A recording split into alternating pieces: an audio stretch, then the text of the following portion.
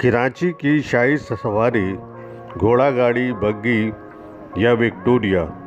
मुल्क के दूसरे शहरों का तो नहीं इल्म, लेकिन मेरे शहर से साल पहले ये सवारी गायब हो गई। मुझे ये भी नहीं मालूम कि ये किस सरकारी हुक्मनामे के तहत बंद हुई।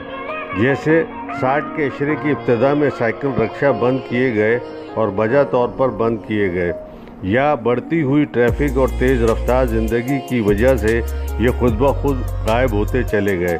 कराची में ट्राम 75 के इशरे तक चलती रही, लेकिन घोड़ा गाड़ी कब गायब हुई शायद ये किसी को याद हो।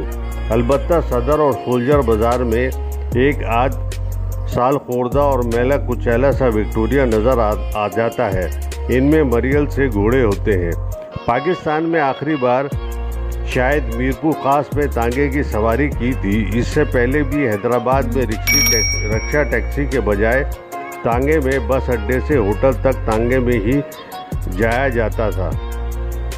एक ही बात बार बार दोहराना अच्छा नहीं लगता, लेकिन क्या करूं, मेरा बचपन गुजरा ही लियारी में है, बिहार कॉलोनी में था। इन दिनों हमारे एक करीब तरीन अजीज़, जिनका PECHS में मकान ज़ेर तामीर था, ली मार्केट सुल्तान होटल में रहते थे। हम अक्सर व बेशतर वहाँ जाया करते थे। बिहार कॉलोनी से 11 नंबर बस चला करती थी, लेकिन हम ज़्यादातर तांगे में ही ली मार्केट जाते थे। रास्ते में रांगीवाड़ा चाकीवाड़ा से गुज़रते हुए टेंडी के कारखानों की नाकाबिले बर्दाश्त बू नाक में आती, लेकिन ली मार्केट पहुंचकर मुझे लगता कि लंदन में आ गया हूं। मैं जब भी ली मार्केट, सदर, पाकिस्तान चौक या बंदर रोड आता, मुझे यूं ही महसूस होता कि बिहार कॉलोनी इंतहाई पसमानदा और कदीम बस्ती थी। मेरे इन अजीज़ का मकान मुकम्मल हो गया और PCHS में अपने नए घर मुंतकिल हो गए। इनका घर सोसाइटी ऑफिस से कुछ आगे चंद गलियां छोड़ कर था। अब हम बस से गुरुबंदर तक आते और यहाँ से तांगे में सवार होकर सोसाइटी ऑफिस तक आते, और अगर सालम तांगा किया होता तो घर तक ले आते। कराची में शायद यही रूट थे जो मैंने इस्तेमाल किए, या फिर बहुत पहले यानी सन 60 या 61 में सन 60 या 61 में बिहार कॉलोनी से किमाड़ी तक तांगे में ही आया करते थे। मुझे नेटी जेटी के पुल, जहां दाएं बाएं समुंदर था, उस पर टिप टाप करते गुजरते तांगे याद आते हैं। शहर में मुझे तांगा सवारी का बहुत ज़्यादा याद नहीं, अलबत्ता बग्गी यानी विक्टोरिया की सवारी याद है, लेकिन वो चंद एक बार ही हुई। शायद इसका किराया ज़्यादा हुआ करता था। ये निस्बतन पुरतईश सवारी थी। तांगे में 2 पहिए होते हैं और सवारी आगे और पीछे की जानिब बैठती है, और कोचवान सवारियों की जमात देखकर आगे पीछे बिठाता है ताकि तांगे का बैलेंस बरकरार रहे। इसके बावजूद इसमें हिचकोले लगते रहते हैं और कहीं सड़क पर कोई पत्थर पहिए के नीचे आता तो तांगा लहरा जाता है।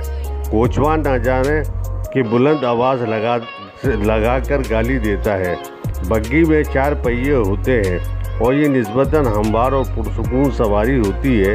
इनमें सवारियां आमने सामने बैठती हैं और गपशप लगाती हैं, इसलिए अक्सर शहर के रऊसा, बूढ़े, पारसी, नौजवान और गोवा के बासी जोड़े इस शाही सवारी में सदर, फेरियर हाल, क्लिफ्टन जाया करते थे। घोड़ा गाड़ी की एक और किस्म यक्का थी, जिसमें भी 2 ही पहिए हुआ करते थे, लेकिन इसमें सवारी का रुख सिर्फ घोड़े की जानिब ही होता था। ये उमूमन माल ढोने जैसे कामों में इस्तेमाल होता था। मुझे याद है कोरंगी में हमारे मोहल्ले में गवालों के पास ही यक्के होते थे, जिनमें दूध के ड्रम रखकर ले जाया करते थे। सोसाइटी ही में मेरे एक अजीज़ की राशन और करियाने की दुकान थी। यहाँ हर हफ्ते ब्रुक बॉन्ड और लिप्टन चाय वाले विक्टोरिया में सप्लाई देने आया करते थे। इधर कोरंगी में जहाँ इन दिनों बिजली नहीं थी, कभी कभार कानों में लाउड स्पीकर की आवाज़ आती, जहाँ कोई नाते पढ़ता या तकरीर करता सुनाई देता, जिसके आखिर में नहायत पुरसोज आवाज़ में यतीम खाना हिमायतुल इस्लाम के लिए चंदे की अपील की जाती। ये सब एक तांगे ही से हो रहा होता था, जिसमें बैटरी, एम्पलीफायर, माइक, स्पीकर लगा हुआ होता था। कभी कभार इस किस्म के तांगे से आवाज़ आती, हजरात एक ऐलान सुनिए, मुत्तहिदा महाज की सदारती उम्मीदवार मादरे मिल्लत मोहतरमा फातिमा जिन्ना इतवार 25 नवंबर को शाम 5 बजे पटेल पार्क में एक अजीमुशान जलसे से खिताब फरमाएंगी। जलसे से नवाबजादा नसरुल्लाह खान, चौधरी मोहम्मद अली, ज़हीरुल हसनैन लारी भी खिताब फरमाएंगे। आप हजरात से दरख्वास्त है कि ज़्यादा से ज़्यादा तादाद में शरीक होकर इस जलसे को कामयाब बनाएं। हजरात एक ऐलान सुनिए, ये तांगा जहाँ कहीं जाता बच्चों का गौल साथ साथ होता। कुछ बच्चे टांगे पर लटकने की कोशिश करते तो ऐलान के दरमियान डांट डपट और बाज़ औक़ात गालियाँ भी सुनाई देती। और इस लटकने पर याद आया गो कि मेरा ख्याल है कि मैं बचपन में एक शरीफ बच्चा हुआ करता था, लेकिन मेरे घर वाले, रिश्तेदार और मोहल्ले वाले न जाने क्यों एक मुख्तलिफ राय रखते थे। ये इन दिनों की बात है जब हम अपने नाना के घर यानी हिंदुस्तान के कस्बे औरंग में आए हुए थे। नाना के घर के सामने औरंग की बंदरगाह मोरा से बाज़ार की तरफ जाने वाले तांगे गुजरते थे।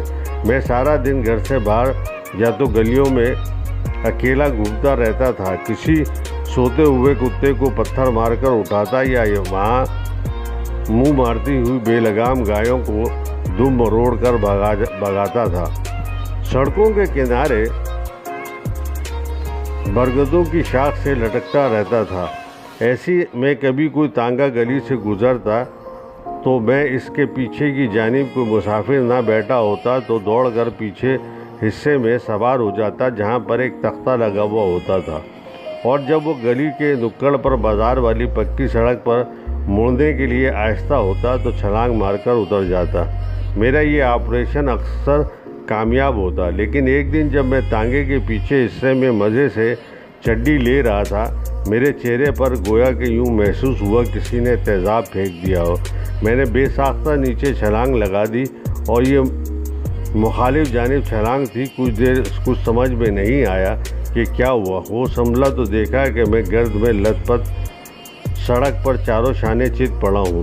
साथ ही चेहरे पर हाथ गया जहाँ शदीद जलन हो रही थी।